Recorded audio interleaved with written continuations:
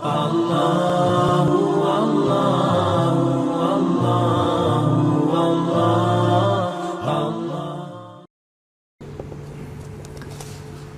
Ustaz Haris sekeluarga dan kita semua di sini dilindungi Allah dan diberkahi Azza wa Jalla. Amin.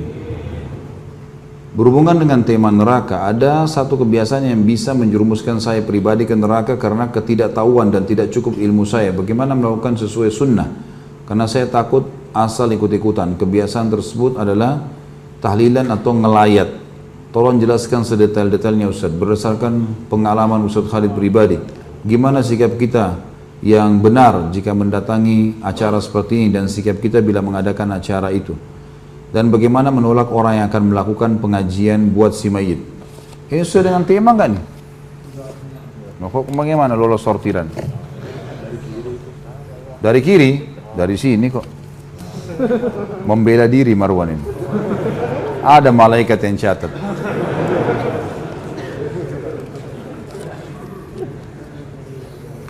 Terus teman-teman sekalian, tahlil adalah, saya sudah sering jawab ini, dan pertanyaan seperti ini sudah sering diulang-ulangi, selalu diulang-ulangi. Ini yang saya bilang, semestinya tidak usah ditanya lagi. Kalau sudah lihat, bisa lihat di YouTube ya.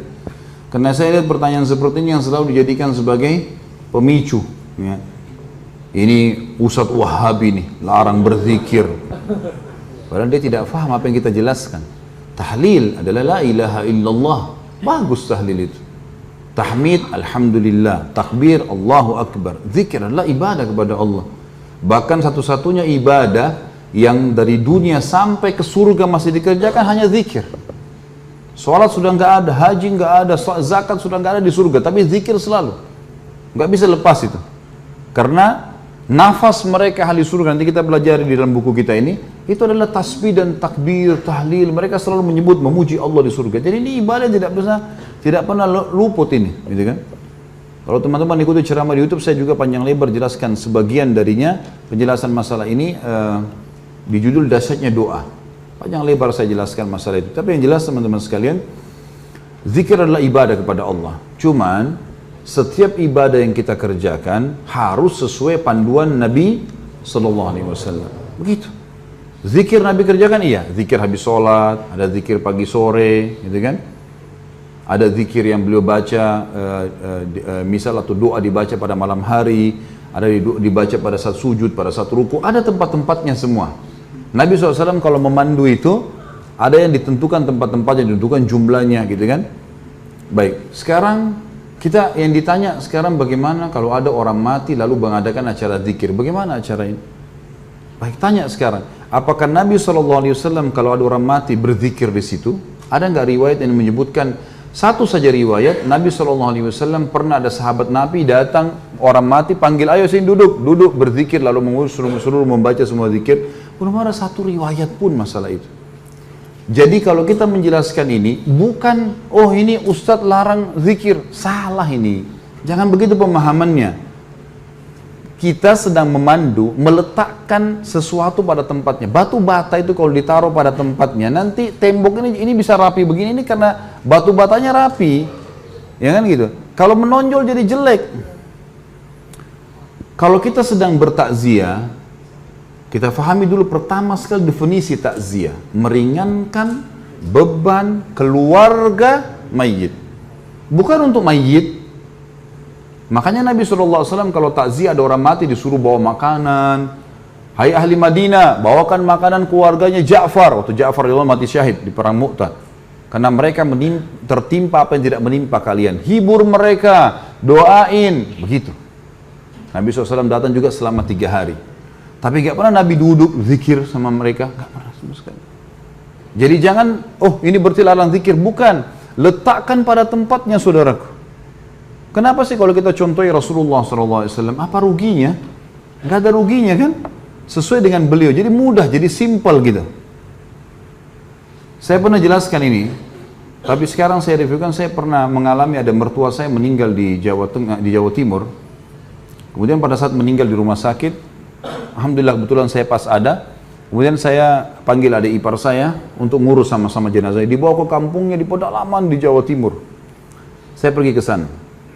Kemudian diuruslah jenazahnya, saya panggil adik saya ajarin caranya ini begini, cara mandikannya segala macam, bersihkan kotorannya. Udah selesai semuanya perawatannya, lalu kemudian kami taruh jenazahnya, insya Allah sebentar lagi kita akan bawa ke masjid nih. Udah. Ada orang-orang datang semua, kemudian kita bawa ke masjid. Habis sholat di masjid, rupanya ada tradisi-tradisi yang ada. Biasanya orang berdiri dulu, ngomong dulu segala macam, disuruh saksikan ini orang mati begini, isyhadu dan seterusnya. Khair semuanya gitu. Baiklah, ini waktu orang mertua saya meninggal tidak pernah kita buat gitu. Habis dia disolati, sudah jemaah sekalian sudah disolati, kita bawa ke masjid. Nabi SAW dalam riwayat dikatakan solati sahabat langsung sahabat berlumba-lumba memikul jenazah itu segera. Lalu kata Nabi SAW, kalau di punggung kalian orang soleh, maka dia si jenazah itu ruhnya akan berkata, sungguh gembira, kalian akan membawa dia ke satu tempat yang senang, menyenangkan. Lalu kalau dia orang buruk, maka itu seburuk-buruk yang ada di pundak kalian. Karena dia akan berkata, kemana kalian akan membawanya, sungguh celakalah dia. Begitu seterusnya, sampai dibawa ke kuburan. Lalu Nabi SAW menurunkan jenazah, dan diturunkan jenazah ini, kemudian mereka naik, lalu kemudian ditutup. Itu sunnah Nabi SAW. Maka saya lakukan seperti sunnah ini. Jadi nggak ada lagi dibuka kupingnya, diazanin, panggil anaknya azan, kena azan untuk sholat. Gitu kan. Nggak ada hubungannya sama orang mati. Allah mengatakan, innaka la tusmi'u man fil kubur. Kau tidak akan bisa memperdengarkan orang yang di kuburan, hai Muhammad. Selesai orang mati, mau diazanin untuk apa gitu? Ada yang lebih unik, ngajak bicara orang mati itu. Saya pernah lihat itu di kuburan, dia pegang kertas, orang-orang di sebelahnya nggak ngerti. Saya ngerti apa yang dia bilang. Hai fulan bin fulan, kalau malaikat mungkar nakir datang tanya siapa Tuhanmu, jawablah Allah. Kalau antum ada orang meninggal, antum ikut, antum lihat dia pegang kertas, itu dia ngomong sama orang mati biasanya. Kalau datang tanya siapa nabimu, bilang Muhammad SAW. Kalau datang tanya agama, bilang Islam. Jadi dia memandu orang mati. Apa yang mau dipandu ini? Waktu masih hidup, ajar. Gitu. Jangan lagi mati. Baiklah. Kita turunin jenazah itu, ditutup, lalu saya naik sama ipar saya, sama satu orang lagi bantu, setelah kami keluar ditutup. Rupanya saya nggak tahu di situ ada beberapa teman-teman kiai yang hadir.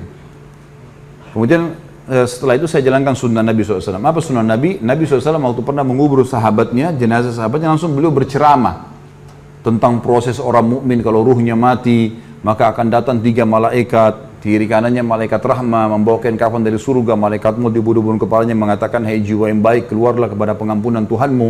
Lalu ruhnya keluar lebih mudah daripada air dari mulut kendi. Terus saja saya sampaikan, sampai saya sadari ipar saya menangis dan orang-orang banyak yang nangis, karena riwayatnya panjang itu tentang ruh orang beriman keluar, kemudian mengeluarkan bau lebih wangi dari bau kasturi, naik ke langit, semua malaikat menyambut ruh itu. Kemudian terdengar Allah mengatakan, catatkan hambaku ini termasuk penghuni surga, kembalikan dia di dunia, di sana saya ciptakan, di sana pula saya bangkitkan. Lalu diantar ruhnya bersamaan jasadnya dimasukkan oleh kerabatnya.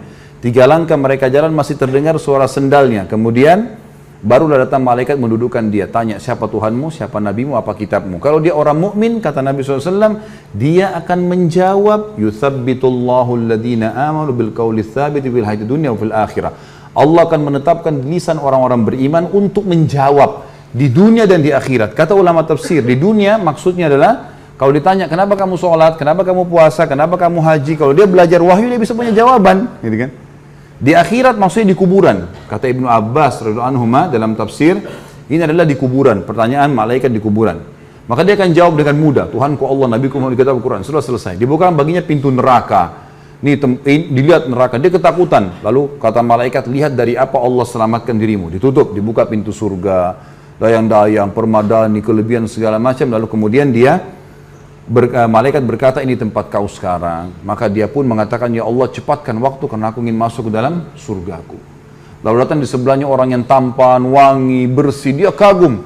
Dia bilang, siapa kamu ini? Sungguh sempurna ciptaan Allah pada dirimu. Dia mengatakan, saya amal soleh yang akan menemani kau sampai hari kiamat. Jadi ibadahnya, sholatnya, semua ini akan menemani dia. Kemudian setelah itu terdengar suara dari langit, Allah mengatakan, bentangkan kuburan hambaku ini seluas pandangan matanya, dan bentangkan jalan ke surganya setiap pagi dan petang. Maka jadilah kuburannya taman dari taman surga. Sebaliknya kalau dia orang kafir atau orang fasik, akan datang 3 malaikat, 2 malaikat penyiksa kiri kanannya membawakan kafan dari neraka, 1 malaikat mau dibunuh-bunuh kepalanya mengatakan, hai jiwa yang busuk, keluarlah kepada murka Tuhanmu. Lalu berserakan di tubuhnya, lalu malaikat menarik dengan keras secara paksa.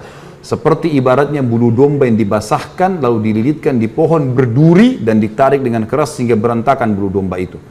Belum sesaat keluar ditangkap malaikat azab, dipakai kain kafan dari neraka lalu dibawa ke atas. Belum tiba di langit pertama semua malaikat menolak karena mengeluarkan bau lebih busuk dari bau bangkai. Wa na'udzubillah. Lalu terdengar suara dari langit, Allah mengatakan, catatkan hambaku ini termasuk penghuni neraka, kembalikan di dunia karena di sana saya ciptakan, di sana saya akan bangkitkan. Lalu diantarlah bersama dengan jenazahnya diantar oleh kerabatnya.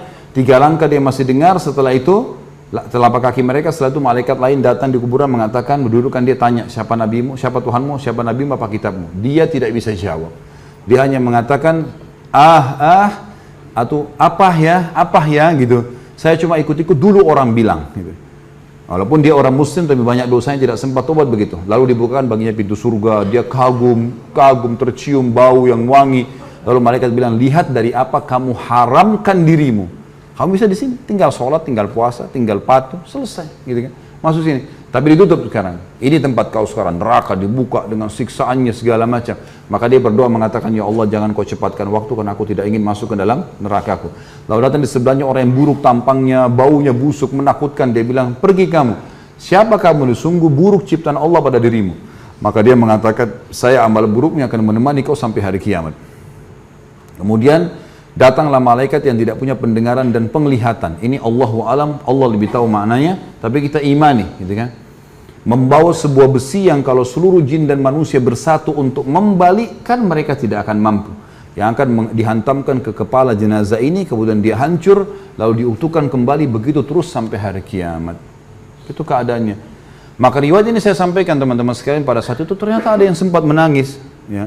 Setelah itu kami pulang dan saya bilang sebelum pulang, bapak sekalian, kami membuka rumah orang tua kami untuk takziah selama 3 hari. Sunnah Nabi SAW takziah itu adalah begini, datang, doakan, sabarkan kami, dan lagi berminat membawa makanan silakan. Kami tidak siapkan makanan dan minuman, karena sunnah Nabi SAW begitu. Alhamdulillah 3 hari itu nggak ada acara apa-apa, nggak ada ribut-ribut, nggak ada. Semua orang datang, doakan kita, pergi, bawa makanan, pergi. Hanya banyak orang yang datang waktu itu. Tokoh-tokoh masyarakat datang terus ngobrol sama saya, banyak yang bertanya masalah hukum. Sebelum saya pulang ke Surabaya, kemudian balik ke Jakarta waktu itu, ada beberapa tetangga, keluarga mertua saya mengatakan, kami selama ini hadapi kematian belum pernah seperti ini. Kami merasa 3 hari ini nggak ada beban. Dan sekarang seperti kami sudah ikhlas melepaskannya. Sebenarnya sunnah Nabi SAW. Tapi teman-teman sekalian, kalau ada orang yang tetap mau melakukan haknya dia, saya tidak larang ya. Jangan bilang Khalid Basalamah larang sehingga lagi menyesatkan. Tidak. Silakan buat yang antum mau buat, silakan, bebas, gitu kan. Semua orang bertanggung jawab. Tugas saya menyampaikan saja, gitu kan. Berada di zona aman lebih baik daripada zona yang tidak aman, gitu kan. Walaupun anggap tidak haram, tapi minimal syubhat. Baik, ini sama saja. Lebih baik kita di zona aman. Ada perintah kerjakan, tidak ada tinggalkan. Sebatas itu saja. Allahu a'lam.